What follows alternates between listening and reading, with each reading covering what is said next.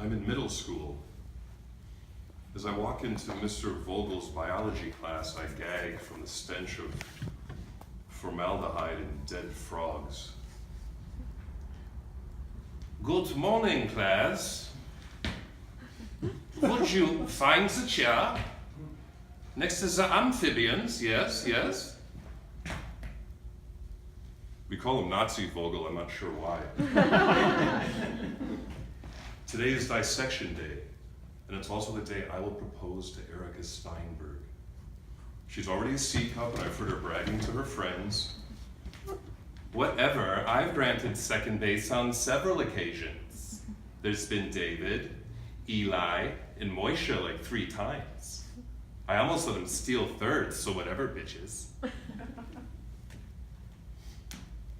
The black kids, led by Taurus Anthony, Taurus like the advanced form of cattle, are huddled in the back corner, instigating fights and smacking on giant wads of fruit-flavored bubblegum as frothy white saliva coats the corners of their mouths. They're the winners of a 220 program, which is a lottery-based system designed to bust in underprivileged kids from the inner cities of Milwaukee.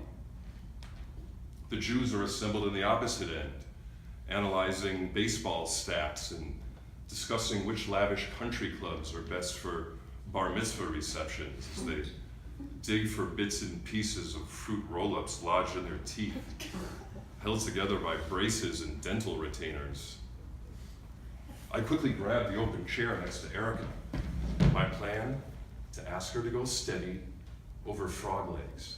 And as I inch in close enough to brush her shoulder and inhale the aroma of the green frog we'll mourn together. Hold up, y'all, stop, stop! Taurus gets the undivided attention of the class. Look at Jeremy's nappy ass hair. That ain't no Jew fro, y'all. That's Afro. He's light skinned. He's black.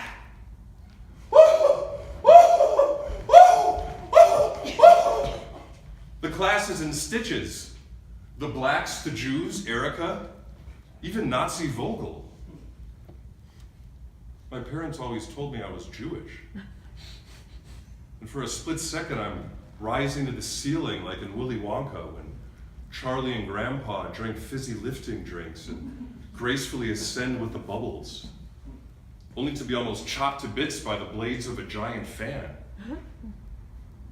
If you want to view paradise, simply look around and view it. Want to change the world, then do it. This wasn't paradise, and I'm sucked down like a vacuum. As I lie on the dissection tray, my limbs are pinned. To my right, a giant pair of scissors and saws and blades. To my left, forceps and probes. All I can see is Taurus as he puts a surgical mask over his fat face. He holds out his sweaty palm and looks to Erica. Yo, baby, let me get that scalpel. She grins and places it gently as he moves in to cut. Cut! Stop! I was adopted at 4 months.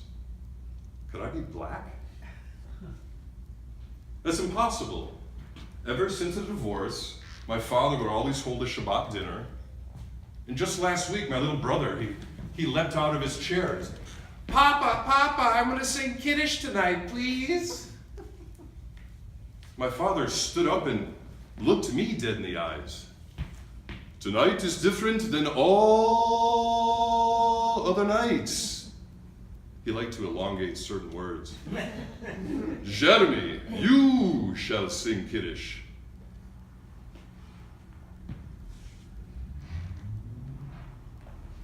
Baruch atah Adonai Eloheinu melech haolam, borei pri hagafen.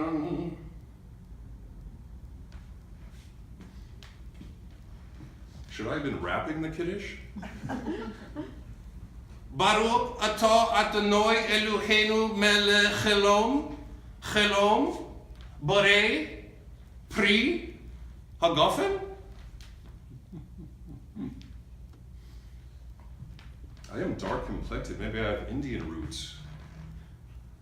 Baruch atah Adonai Eloheinu melech chelom, borei, pri, hagafen?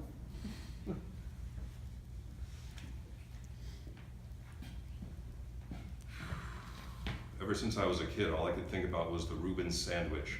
I give a brief history to anyone who'd listen. The Reuben, a combination of rye bread, corned beef, Swiss cheese, and sauerkraut, was invented in 1956 by Lithuanian-born grocer Reuben Kalakovsky to feed participants in a weekly late-night poker game at the Black Hole Hotel. The participants nicknamed themselves the Committee. Charles Schimmel, the hotel owner, loved the sandwich so much, he put it on the restaurant menu. Fern Snyder, a one-time waitress, entered the Reuben in a national sandwich competition, and get this, her entry won, hence the name Reuben Sandwich. March 14th was proclaimed Reuben Sandwich Day, and it's been so ever since. Come to think of it, I also like fried chicken. Could that be my favorite food? I think I fancy chicken. All I know is Taurus completely ruined my chances with Erica. She couldn't possibly be willing to jump the racial barrier at such a young age. Maybe Taurus is right. Should I be embracing my blackness? Learning Ebonics or rap? Beatboxing? Taurus may claim that I am black. He almost gave me a heart attack. Would a Jew be able to rap and rhyme? I don't think so. He'd be wasting time.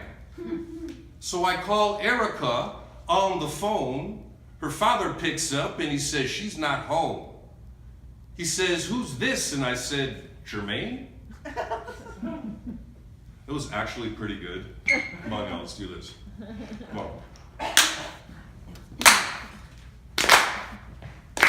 Taurus may claim that I am black. He almost gave me a heart attack. Would a Jew be able to rap and rhyme? I don't think so. He'd be wasting time. So I call Erica on the phone. Her father picks up and he says,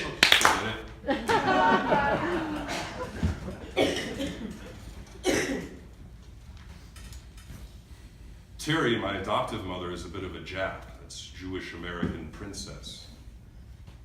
She'd go on shopping sprees with the child support money our father would send us. When she'd come home from a grueling day at the mall with whatever man she was dating at the time, Jew or Gentile, the erratic footsteps on the kitchen linoleum would haunt me.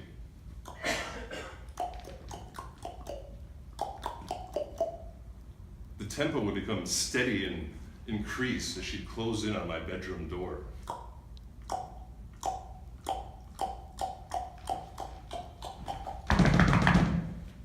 Jeremy, I'd like you to meet Alan Finkelstein. He's an accountant. And that's when I would begin my interrogation. Alan, tell me about yourself. Before he could open his mouth, I'd close my eyes and begin to caress his palm. I see incarceration in your future, Alan, for white-collar crimes. Terry, when Alan is behind bars, will you be giving him conjugal visits? You know, stop it. I'm finished. I'm finished with you. She'd always say she's finished parenting, I guess. Her previous boyfriend, Hank, had no last name, wore cowboy boots, and carried a buck knife horizontally strapped to his belt. I never messed with Hank. Most mornings, Terry would do her exercise routines in front of the bathroom mirror, stark naked, door wide open. She'd grasp her giant bosom and jog in place.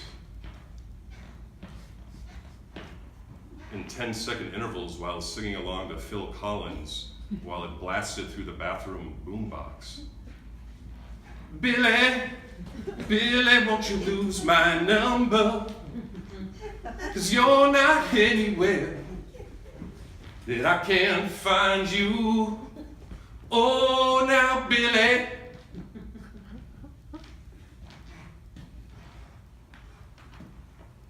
The next day at school, I'm sitting by myself in the cafeteria enjoying a proper lunch.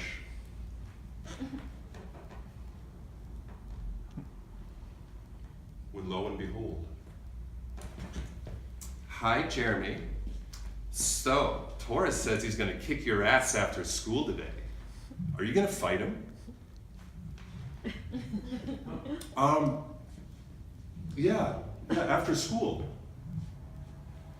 Well, anyways, good luck with that. That sandwich looks good, by the way. What is it? It's funny you ask. It's a Reuben sandwich. It's a combination of rye bread, corned beef, Swiss cheese, and sauerkraut, invented in 1925 by Lithuanian-born grocer Reuben Kalikovsky. She just walked away. I guess she's not hungry. All I know is if this fight's going down, I can simply exit the school and go home. Can you hear? It's the 3 o'clock bell. I put on my hat and I weave down the hall through herds of students, as if I'm being followed in a foreign country, making my way to the border. Or in this case, the double doors, through which I can exit, get on the bus, and go home. I struggle to push them open as a snowy gust of minus 15-degree wind chill practically knocks me back. It's the upper fields. It's the frozen tundra where all the fights go down, and everybody's there. Fight! Fight! Fight! Fight! Fight! Get your tickets, folks. Tickets right here. It's the main event. It's Taurus versus Jeremy. Easy money on Taurus. Look at the guy. He's an animal. I fought Taurus that day, and he probably would have kicked my ass had his pants not been sagging to his knees, causing him to trip and fall on the icy field as he charged at me like a bull. He's right there on all fours, and his head is in plain view. Now's my chance. It's through the uprights. It's good. It's good. I'm no longer a joke. I'm a matador. Hoy! Hoy! Killer of bulls. Also to be considered an artiste. The blood had splashed and consumed the icy field. It was a Jackson Pollock. Only it was a painting that I created, that we created, me and Taurus. The strangest painting I'd ever seen.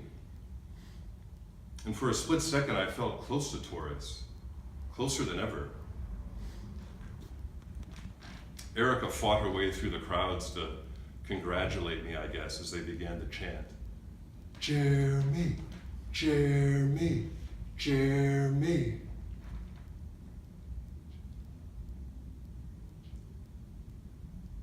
I heard nothing. I walked home alone that afternoon.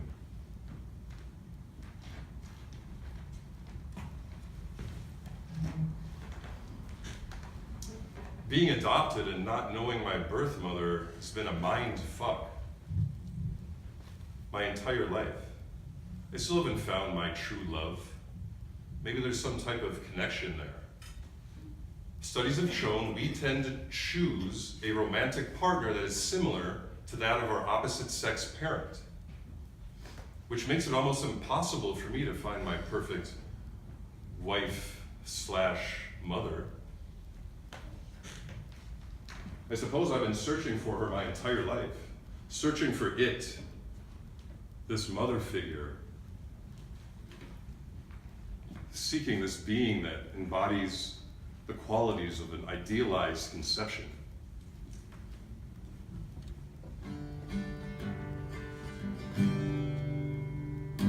And I had a recollection running wild from when I was one day, from when when I was just a child. What did I see that day? I saw a lady long and lean. I had to stop myself. I didn't want to cause a scene. Said I've been wandering around in this same old town, and I look at my shoes, and I don't make a sound. Now it's been 10 years gone, and I've been wondering where she's been.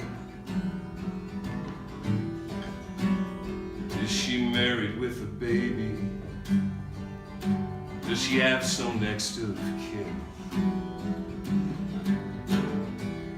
Is she sitting with a cigarette, staring at the sky? Is she living in the moment, never asking why? Said I've been wandering around in the same old town, in my shoes, and I don't make a sound.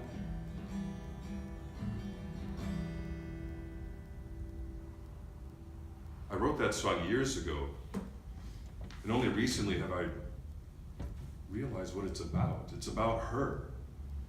It's about my divine being. It's about my mother.